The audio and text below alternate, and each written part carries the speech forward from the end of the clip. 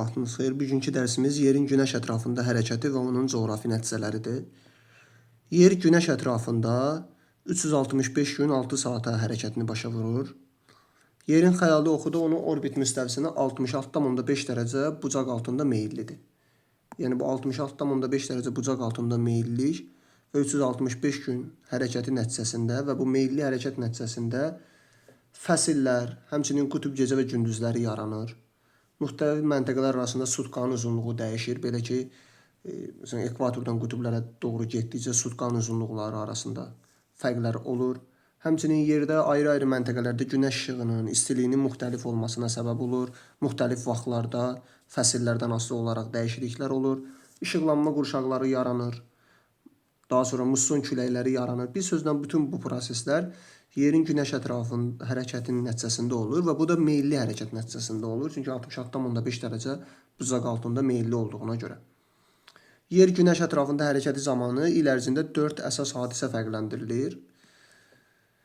Həmçinin bu 4 əsas hadisəyə biz 21 mart, 22 iyun, 23 sentyabr və 22 dekabr tarixlərini, yəni 4 fəslinin yaranma tarixlərini deyə bilərik. Günəş şüaları günorta vaxtı əgər düz bucaq altında, yəni 90 dərəcə bucaq altında düşürsə, buna zenit vəziyyət deyilir. Qütb gündüzü və qütb gecəsi anlayışları var ki, bu da yerin günəş ətrafında hərəkət nəticəsində yaranır. Belə ki, qütb gündüzü, yəni günəş bir gün batmır, yəni üfüqdə tam görsənir. Qütb gecəsi isə günəş bir gün üfüqdə görsənmir və yaxud gecələri və gündüzləri olur. Bu 4 hadisədən biri də 21 mart tarixidir. Belə ki, 21 martda buna yaz gecə gündüz bərabərlik günü deyilir. Günəş ekvator xətti üzərində zenitdə olur. Yəni günəş ekvator xəttinə günorta vaxtı 90 dərəcə bucaq altında düşür. Bu zaman cisimlərin kölgəsi olmur. Çünki günəş 90 dərəcə bucaqla düşəndə cisimlərin kölgəsi olmur. Sanki düşünün ki, günəş düz təpənizin üzərindədir və üzərinizə düşür günorta vaxtı. Əlbəttə ki, burada kölgə olmaz. Günəş ekvatorda, yəni yerin tən ortasında zenitdə olduğuna görə yer kürəsində, yəni həm şimal yarımkürəsində, həm də cənub yarımkürəsində gecə və gündüzün uzunluqları bir-birinə bərabər olur. Hər iki yarımkürə eyni anda, eyni miqdarda işıq və istilik alır. 21 mart tarixindən sonra, yəni 22 mart, 23 mart, yəni 21 mart tarixindən sonra şimal yarımkürəsində yaz fəsli, cənub yarımkürəsində isə payız fəsli başlayır. Çünki 21 martdan sonra günəş artıq şimala tərəf, belə deyək, şimal yarımkürəsi günəşə tərəf meyillənir. Yəni 66,5 dərəcə öz oxuna meyilli olan yer, xəyali oxuna meyilliyi var və 21 martdan sonra hərəkət nəticəsində, yəni yerin günəş ətrafında hərəkəti nəticəsində həmin yerin şimal yarımkürəsi, yəni şimal tərəfi günəşə tərəf meyillənir və günəşin zenitdə olma prosesi şimal yarımkürəsində keçir. Artıq 21 martdan sonra şimal yarımkürəsi daha çox işıq və istilik alır. Bu tarixdən sonra, yəni 21 martda ki, biz dedik, həm şimal yarımkürəsi, həm cənub yarımkürəsi bərabər sayda işıqlanır. Yəni 12 saat gecə olur, 12 saat gündüz olur. 21 martdan sonra şimal yarımkürəsində gündüzün uzunluğu artmağa başlayır. Artıq 12, 13, belə, yəni 14 saat olur və gecədən daha çox olur. Cənubda isə tam əksinə olur. Çünki günəş şimal tərəfi daha çox işıqlandırdığına görə cənub yarımkürəsində artıq gecənin uzunluğu gündüzdən daha uzun olur. Bu zaman, yəni 21 martdan sonra şimal qütbündə qütb gündüzləri, cənub qütbündə isə qütb gecələri başlayır. Yəni yarımkürədə. İndi burada da məsələn xəritə qrafikdən də aydın şəkildə görünür ki, 21 mart tarixində yer kürəsi tam bərabər işıqlanır. Yəni 12 saat gündüz, 12 saat gecə olur. Baxın, buradan da tam bərabər işıqlandığı görsənir. 21 martdan sonraki biz dedik, günəş artıq şimal tərəfi daha çox işıqlandırır və 22 iyunda, buna yay gün dönümü günü deyilir, şimal tərəfini işıqlandıran günəş 22 iyun tarixində günəş 23,5 dərəcə şimal enliyinə, yəni şimal tropik xəttinə çatır və bu enlikdə zenitdə olur. 22 iyun tarixində günəş 23,5 dərəcə şimal tropikinə günorta vaxtı 90 dərəcə bucaqla düşür. Və bu zaman 23,5 dərəcə şimal enliyində, yəni şimal tropik xəttində və yaxud digər adı ilə desək, xərçəng tropik xəttində günorta vaxtı cisimlərin kölgəsi olmur. Bu zaman şimal yarımkürəsində yay fəsli, çünki günəş daha çox şimalı işıqlandırdığı üçün şimal yarımkürəsində yay fəsli, cənub yarımkürəsində isə yay fəslinin əksi olan qış fəsli başlayır. Bu tarixdə şimal yarımkürəsi daha çox işıq və istilik alır. obyektlərin kölgəsinin uzunluğu azalır. Çünki günəş nə qədər böyük bucaqla düşərsə, cisimlərin kölgəsi bir o qədər qısa olacaq. Məsələn, günəş 90 dərəcə bucaqla düşərkən cisimlərin kölgəsi olmur. 60 dərəcə bucaqla düşərkən cisimlərin kölgəsi özünün yarısı boyda olur. Məsələn, cismin kölgəsi, belə deyək, cismin uzunluğu 2 metrdirsə, kölgəsi olur 1 metr. 45 dərəcə bucaqla düşərkən isə cismin kölgəsi özünün yarısı boyda olur 45 dərəcə ilə düşərkən. Yəni özü boyda olur da 2 metrdirsə elə 2 metrdə olur 45 dərəcə bucaqla düşərkən. Əgər 30 dərəcə bucaqla düşərsə, cismin kölgəsi özündən 2 dəfə uzun olur. Məsələn, 2 metrlik cismin kölgəsi 30 dərəcə bucaq ora düşərsə 4 metr olacaq. Yəni bir sözlə günəşin düşmə bucağı artdıqca cismin kölgəsi azalır, uzunluğu azalır. Yəni şimal yarımkürəsində də 22 iyunda daha çox işıq və istilik aldığı üçün cisimlərin kölgə uzunluğu az olacaq. Bu tarixdə, yəni 22 iyun tarixində şimal yarımkürəsində ən uzun gündüz, cənub yarımkürəsində isə ən uzun gecə olacaq, amma şimal yarımkürəsində ən qısa gecə olacaq. Yəni bir sözlə şimal yarımkürəsində ən uzun gündüz, ən qısa gecə müşahidə olunacaq. Cənub yarımkürəsində isə ən uzun gecə, ən qısa gündüz hesab olunacaq. Çünki günəş daha çox şimal yarımkürəsini işıqlandırır. Bu tarixdə, yəni 22 iyunda 66,5 dərəcə şimal enliyində, yəni şimal qütb dairəsində qütb gündüzü, 66,5 dərəcə cənub enliyində isə qütb gecəsi yaşanır. İndi biz baxın, burada bir nüansa diqqət edək. Deməli 21 martda 90 dərəcə, yəni 21 martdan sonra da belə deyək 22 martda, 23 martda şimal qütbündə qütb gündüzləri başladı. Və 22 iyunda, yəni 3 ay sonra belə deyək, 22 iyunda 66,5 dərəcə şimal enliyində qütb gündüzü olur. İndi 66,5 dərəcə şimal enliyində qütb gündüzü olursa, 66,5 dərəcə şimal enliyi ilə 90 dərəcə şimal enliyi arasındakı bütün məntəqələrdə qütb gündüzləri olacaq. Yəni 70 dərəcə şimal enliyində, 75 dərəcə şimal enliyində bunlarda qütb gündüzləri müşahidə olunacaq. Cənub yarımkürəsində, yəni tam əksində isə qütb gecələri olacaq. Yəni 66,5 dərəcə cənub enliyi ilə 90 dərəcə cənub enliyi arasında isə qütb gecələri müşahidə olunacaq. 22 iyundan sonra, yəni 23 iyun, 24 iyundan sonra günəş zenitdə olma prosesi cənuba doğru dönəcək. Artıq yəni günəş yavaş-yavaş cənuba doğru gələcək. Belə deyək, yerin o şimal tərəfi ki daha çox düşürdü, günəş o tərəfə düşürdü. Artıq meyilli düzələcək, artıq günəş cənuba doğru hərəkətə başlayacaq. Bu zaman şimal yarımkürəsində gündüzlər qısalmağa, gecələr isə uzanmağa başlayacaq. Yəni belə deyək sizə, məsələn Bakıda 22 iyunda ən uzun gündüz olur. 22 iyundan sonra isə Bakıda gündüzlər qısalmağa başlayır. Səbəb, çünki günəş artıq cənuba doğru hərəkət etdiyi üçün Bakıda gündüzlər qısalmağa başlayır. Düzdür, Bakıda gündüz yenə də gecədən uzun olur. 22 iyundan sonra belə. 23 sentyabra kimi həmişə belə olur. Sadəcə artıq qısalmağa başlayır. Yəni məsələn bu gün 14:54 dəqiqədirsə, 14 saat 54 dəqiqədirsə gündüzün uzunluğu, artıq sabah olacaq 14 saat məsələn 52 dəqiqə. Yəni artıq getdikcə qısalmağa doğru başlayır. Yəni bir sözlə 22 iyundan sonra şimal yarımkürəsində gündüzlər qısalmağa, gecələr isə uzanmağa başlayır. Əksinə cənub yarımkürəsində isə gündüzlər uzanmağa başlayır. Çünki günəş artıq cənuba doğru gəldiyinə görə cənubda da artıq gündüzlər uzanmağa doğru gedir.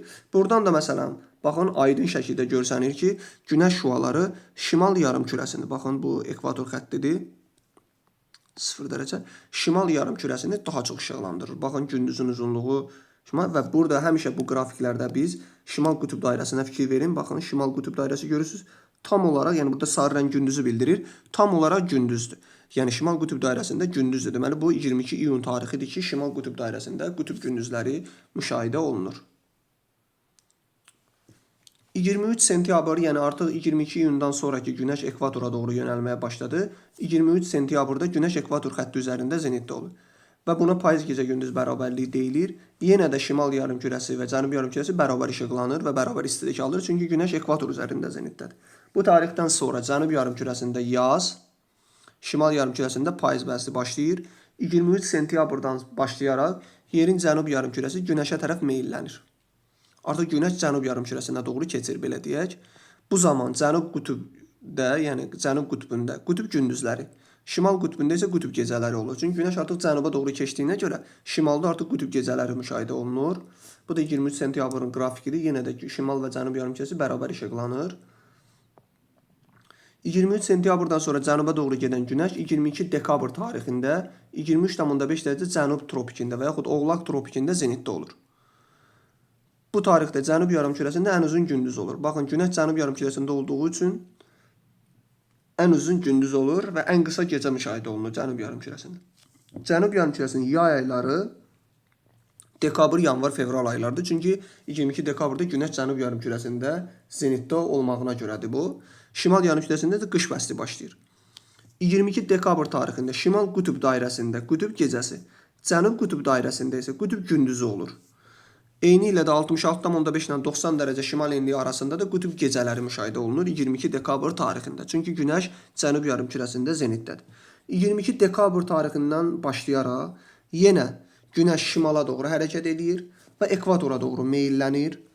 Bu zaman cənub yarımkürəsində gündüzlər qısalmağa başlayır. Çünki 22 dekabr tarixindən sonra günəş şimala doğru hərəkət etdiyi üçün cənubda artıq gündüzlər qısalmağa başlayır, gecələr uzanmağa başlayır. Yenə 21 mart tarixi gəlir, sonra yenə 22 iyun tarixi gəlir. Yəni bir sözlə günəş 23,5 dərəcə şimal enliyi ilə 23,5 dərəcə cənub enliyi arasında zenitdə olur.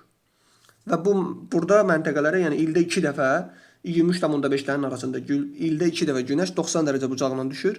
23,5 dərəcə şimal enliyinə bir dəfə, yəni 22 iyunda, 23,5 dərəcə cənub enliyinə də bir dəfə, yəni 22 dekabr tarixində günəş zenitdə olur.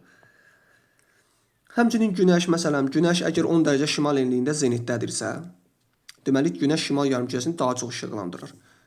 Və buna görə də 80 dərəcə şimal enliyində qütb gündüzüdür. Bunu rahat tapmaq üçün 90 dərəcədən zenit dərəcəsini çıxırıq. Yəni 90 dərəcə günəşin maksimum düşmə bucağı 80 dərəcə eləyəcək. Yəni günəş şimal yarımkürəsində 80 dərəcə şimal yarım enliyində qütb gündüzü və 80 ilə 90 dərəcə şimal enlikləri arasında isə qütb gündüzləri olacaq. 80 dərəcə cənub enliyində isə qütb gecəsi olacaq. 80 ilə 90 dərəcə cənub enliyi arasında isə qütb gecələri müşahidə olunur. Yerin günəş ətrafında hərəkəti, həmçinin meyilli hərəkəti nəticəsində işıqlanma qurşaqları formalaşır. 5 işıqlanma qurşağımız var. Tropik xəttləri arasında olan işıqlanma qurşağı tropik işıqlanma qurşağıdır. Tropik işıqlanma qurşağı günəş zenitdə olma prosesi burada baş verir. İldə 2 dəfə hər bir enlik üzrə hər bir məntəqədə günəş 90 dərəcə bucaqla düşür. Həmçinin gecə-gündüzün adi növbələşdiyi ərazilərdir. Fəsillər aydın müşahidə olunmur. Yəni fəsillər aydın müşahidə olunmur. Daha sonra 23,5 şimal enliyi ilə 66,5 şimal enliyi arasında şimal mülayim işıqlanma qurşağı, 23,5 cənub enliyi ilə 66,5 cənub enliyi arasında isə cənub mülayim işıqlanma qurşağı yerləşir. Cənub mülayim işıqlanma və şimal mülayim işıqlanma qurşağında da gecə-gündüzün növbələşməsi, adi növbələşməsi pozulmur. Yəni gecədən sonra gündüz gəlir. Həmçinin günəş zenitdə olmur, fəsillər aydın müşahidə olunur. Yəni 4 fəsli aydın şəkildə müşahidə edə bilərik. 66,5 ilə 90 dərəcə arasında isə qütb işıqlanma qurşağı yerləşir. Şimal qütb və cənub qütb işıqlanma qurşağı. Qütb işıqlanma qurşağında gecə-gündüzün adi növbələşməsi pozulur. Səbəb qütb gecə-gündüzlərin olmasıdır. Yəni bir gün, yəni gecə-gündüzün adi növbələşməsi odur ki, gecədən sonra gündüz, yenə gündüzdən sonra gecə, yəni bu ardıcıllıqla getməli. Yəni bir gün içində hər ikisi müşahidə olunmalı. Amma qütb gecə-gündüz olan yerdə bu müşahidə olunmur. Məsələn, qütb gündüzü odur ki, bir gün ancaq gündüzdür. Ona görə qütb işıqlanma qurşağında gecə-gündüzün adi növbələşməsi pozulur. Günəşin zenitdə olmağı pozulur, yəni orada günəş zenitdə olmur. Həmçinin fəsillər də aydın müşahidə olunmur. Tropik işıqlanma qurşağından danışdıq. Yer səthinin təqribən 40%-ni əhatə eləyir. Mülayim işıqlanma qurşağı yer səthinin 52%-ni daha çox əhatə eləyir. Respublikamızda şimal mülayim işıqlanma qurşağında yerləşir. Ən az sahə tutan isə qütb işıqlanma qurşağıdır ki, 8% sahə tutur. Günəşin düşmə bucağı artdıqca cisimlərin kölgə uzunluğu azalır. Dediyimiz kimi 90 dərəcə ilə günəş düşürsə kölgə olmur. 60 dərəcə ilə düşürsə kölgə yarısı boyda. 45 dərəcə ilə düşürsə kölgə özü boyda. 30 dərəcə ilə günəş düşürsə kölgə özündən 2 dəfə uzun olur. Gün ərzində gündüzün ilk və son saatlarında, yəni səhər və axşam çağı kölgənin uzunluğu çox olur. Çünki yəni uzun olur da belə deyək. Çünki günəş daha kiçik bucaqla düşür. Amma günorta vaxtı daha qısa olur. Çünki günorta vaxtı həmişə günəş daha böyük bucaqla düşür. Günəş şüalarının düşmə bucağını hesablamaq üçün biz düşmə bucağı bərabərdir 90 dərəcə çıxılsın, enlik plus minus zenit düsturundan istifadə edirik. Belə ki, enliklə zenit yəni yerlərini dəyişmək olar. İndi əgər zenit dərəcəsi enlikdən böyükdürsə, onların arasında yerlərini dəyişmək olar. Həmçinin bu qaydanı da bilək ki, nə vaxt burada plus olur? O vaxt bu plus olur ki, hər ikisi fərqli-fərqli yarımkürələrdə yerləşirsə. Yəni biri enlik şimal yarımkürəsində və yaxud cənub yarımkürəsində, zenit cənub yarımkürəsində və yaxud şimal yarımkürəsində, yəni bir-birinə fərqli yarımkürələrdə yerləşirsə plus olur. Minus olması üçün isə eyni yarımkürədə yerləşməlidir. Gəlin məsələlər üzərindən izah edək. Deyir, payız gecə-gündüz bərabərliyi günü Günəş Bakıya hansı bucaq altında görünər? Bakıda hansı bucaq altında düşər? Baxın, yaz və payız gecə-gündüz bərabərliyi günlərində Günəş ekvatorda zenitdə olur. Deməli, zenit nöqtəmiz 0 dərəcə enlikdir. Payız gecə-gündüz bərabərliyi, yəni 23 sentyabrda da. Enliyimiz də 40 dərəcə şimal enliyidir. Düşmə bucağı bərabər olacaq. 90 dərəcə çıxılsın. Enlik plus minus zenit. Buradan da düşmə bucağı bərabərdir. 90 dərəcə çıxılsın. 40 çıxılsın 0. Bu da eləyəcək 50 dərəcə. Yəni və yaxud plus da 0 yazmaq olar. Zaten ekvator üzərindədir. Günəş 50 dərəcə bucaq altında Bakıya düşəcək. Daha sonra deyir ki, qış gün dönümü günü 55 dərəcə şimal enliyində Günəş hansı bucaq altında görünür? Qış gün dönümü günü Günəş cənub tropikində zenitdən. Yəni zenit nöqtəmiz 23,5 dərəcə cənub enliyi olacaq. Bura yazıq 23,5 dərəcə cənub enliyi. Enliyimiz də 55 dərəcə şimal enliyidir. Düşmə bucağının düsturu yenə də ifadə edirik. Yəni düşmə bucağının düsturu bərabərdir 90 dərəcə çıxılsın enlik plus minus zenit. İndi burada 90 dərəcə çıxılsın 55 dərəcə, yəni enliyimiz plus 23,5 dərəcə olacaq. Çünki Günəş cənub yarımkürəsində olduğuna görə zenitdə. Enliyimiz də şimal yarımkürəsində yerləşdiyinə görə, fərqli yarımkürə olduğuna görə toplayarıq. 55-in üzərinə 23,5 gəlib 90-dan çıxanda bu da eləyəcək 11,5 dərəcə. Deməli, Günəş 22 dekabr tarixində, yəni qış gün dönümündə 55 dərəcə şimal enliyinə 11,5 dərəcə bucaq altında düşəcək. Sonra meyilli məsələləri var. Deyir, 40 dərəcə şimal enliyində yerləşən dağın cənub istiqamətinə meyilli 11 dərəcədir. 22 iyunda bu yamacda Günəş şüalarının düşmə bucağını hesablayın. Bu tip məsələləri hesablayarkən ilk öncə biz enliyə düşmə bucağını tapaq, daha sonra meyilliyə görə cavabımızı taparıq. İndi zenit nöqtəmiz 23,5 dərəcə şimal enliyidir, çünki 22 iyun tarixidir. Enliyimiz də 40 dərəcə şimal enliyidir. Bunların fərqini tapıb 90 dərəcədən çıxarıq, bu da eləyəcək 73,5. Deməli, 22 iyun tarixində, yəni 23,5 dərəcə şimal enliyində Günəş zenitdə olarkən, 40 dərəcə şimal enliyinə Günəş 73,5 dərəcə bucaqla düşür. Və deyir ki, bizə, burada yəni bir dağ var, dağın cənub istiqamətində meyilliliyi 11 dərəcədir. Əgər dağın meyilliliyi Günəşə tərəf baxırsa, düşmə bucağı ilə bunu toplayırıq. Yox, əks tərəfə baxırsa, düşmə bucağından çıxırıq. İndi baxın, biz 40 dərəcə şimal enliyində yerləşirik. Bir dağın meyilliyi var, 11 dərəcə cənuba meyillidir. Baxın, burada çəkək, meyilliyi də 11 dərəcə cənubadır. Günəş də 22 iyundur, yəni 23,5 dərəcə enlikdə zenitdədir. Baxın, Günəş də burada zenitdədir. Fikir versəz, dağın meyilliliyi Günəşə tərəf baxır. Yəni Günəş bura daha böyük bucaqla düşəcək. Ona görə 73,5-in üzərinə 11 dərəcəni gəlirik. Bu da eləyəcək 84,5. Yəni bir sözlə, meyilli ərazi Günəşə tərəf baxırsa toplayırıq, əks tərəfə baxırsa çıxırıq. Həmçinin maksimum və Günəşin maksimum və minimum düşmə bucaqları anlayışları da var. Məsələn, burada məsələ var, deyir, Bakı şəhərinə Günəşin maksimum və minimum düşmə bucaqlarını tapın. Baxın, enliyimiz məlumdur, 40 dərəcə şimal enliyi. Bizə düşmə bucağını istəyir, özə maksimum düşmə bucağını istəyir. Deməli, biz zenit nöqtəsini bilməliyik ki, düşmə bucağını tapa bilək. Bakıya Günəş maksimum düşməsi üçün Bakıya ən yaxın, belə deyək, paralel üzərində Günəş zenitdə olmalıdır. Günəşin də Bakıya ən yaxın paralel üzərində zeniti 23,5 dərəcə şimal enliyində mümkündür. Çünki Günəş 23,5 dərəcə şimal enliyində şimalda zenitdə ola bilmir. Yəni ən axırıncı belə deyək, şimal yarımkürəsindəki nöqtəsi 23,5 dərəcə şimal enliyidir.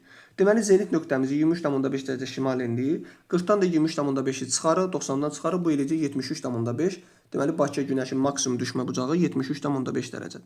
Minimum düşmə bucağını tapmaq üçün isə Bakıya Günəş ən uzaq paraleldə zenitdə olmalıdır. Bakıya da Günəşin ən uzaq paraleldə zenitdə olması 22 dekabr tarixində, yəni 23,5 dərəcə cənub enliyində zenitdə olarkən mümkündür. Bu zamanda yenə 40-ın üzərinə 23,5-i gələrik, bu 90-dan da çıxarır, bu da eləyəcək 26,5. Bir sözlə biz maksimum və minimum düşmə bucaqlarını tapmaq üçün həmin enliyə ən yaxın və ən uzaq paralel, zenitdə olma paralellərini tapmalıyıq. Yəni fərqi yoxdur. Şimal yarımkürəsində, yəni 23,5 dərəcədən şimalda olan bütün məntəqələrdə günəşin maksimum düşmə bucağı 23,5 dərəcə şimal enliyində günəş zenitdə olarkən mümkündür. Minimum düşmə bucağı da 23,5 dərəcə cənub enliyində olarkən mümkündür. Nə üçün dedim 23,5 dərəcədən şimalda? Çünki məsələn 20 dərəcə şimal enliyində günəşin maksimum düşmə bucağı 90 dərəcə olacaq. Səbəb çünki günəş 20 dərəcə şimal enliyində zenitdə ola bilir zaten. Ona görə də 23,5 dərəcə şimal enliyi ilə 23,5 dərəcə cənub enliyi arasında günəşin maksimum düşmə bucağı, yəni burada istənilən məntəqədə 90 dərəcədir. Çünki günəş zaten bunlar arasında günəş zenitdə ola bilir deyənə 90 dərəcə. Minimum düşmə bucağı isə elə izah elədiyimiz qayda ilə. Tutaq ki, məsələn 20 dərəcə şimal enliyinə günəşin minimum düşmə bucağı olması üçün günəş ona ən uzaq paraleldə zenitdə olmalıdır. Yəni 23,5 dərəcə cənub tropikində zenitdə olmalıdır. Səhər şəfəqinin müddəti ekvatorda az olur. Həmçinin Bakıda 22 dekabrdan sonra dediyimiz kimi günəş 22 dekabrda cənub yarımkürəsindədir və 22 dekabrdan sonra günəş şimala doğru hərəkət etdiyinə görə 22 dekabrdan sonra Bakıda gündüzlər uzanmağa, kölgə qısalmağa başlayır. Çünki günəşin düşmə bucağı artdır deyənə, günəş yəni şimala doğru hərəkət etdiyi üçün artır deyənə kölgə də qısalmağa başlayır. Bir qayda olaraq da yadda saxlayaq. Məsələn 22 iyun tarixində Bakı və Moskva şəhərlərində gündüzün uzunluğu gecənin uzunluğundan çoxdur. Çünki hər ikisi şimal yarımkürəsində yerləşir və günəş şimal yarımkürəsində daha çox işıqlandırdığı üçün hər ikisində gündüzün uzunluğu gecənin uzunluğundan çoxdur. Lakin Moskva, yəni daha şimalda yerləşdiyi üçün gündüzün uzunluğu Bakıdan daha çox olacaq. Çünki 22 iyun tarixində bir sözlə günəş şimal yarımkürəsində olarkən, yəni yay fəslində, belə deyək, yay aylarında qütbə daha yaxın məntəqələr daha çox işıqlanır. Düzdür, orada günəşin düşmə bucağı kiçikdir. Günəşin düşmə bucağı ekvatorun qütblərə doğru zaten azalır. Lakin günəşin düşmə bucağından asılı olmayaraq həmin o məntəqələrdə gündüzün uzunluğu daha uzun olur. Səbəb günəşin oranı daha çox işıqlandırmasıdır. Yəni kiçik paralellər olduğuna görə, paralel uzunluqları kiçik olduğuna görə günəş daha çox işıqlandır. Sanki burada gəlin baxın. Bunu çəkək. Tutaq ki, bu yer kürəsidir. Burada günəşdir. Baxın, günəş buranı çox rahat bir şəkildə işıqlandırdığı bildiyi halda buranı tam işıqlandıra bilmir. Yəni bir sözlə qütbə yaxın əraziləri daha çox işıqlandıra bilir 22 iyunda. Yəni şimal yarımkürəsində yay fəsli olarkən. Bir sözlə şimal yarımkürəsində yay fəsli olarkən şimal qütbünə yaxın məntəqədə gündüzün uzunluğu özündən cənubdakı məntəqədən daha uzun olur. Eynilə Moskovada olduğu kimi. Qış fəslində isə bunun tam əksi olur. Yəni gecənin uzunluğu daha uzun olur.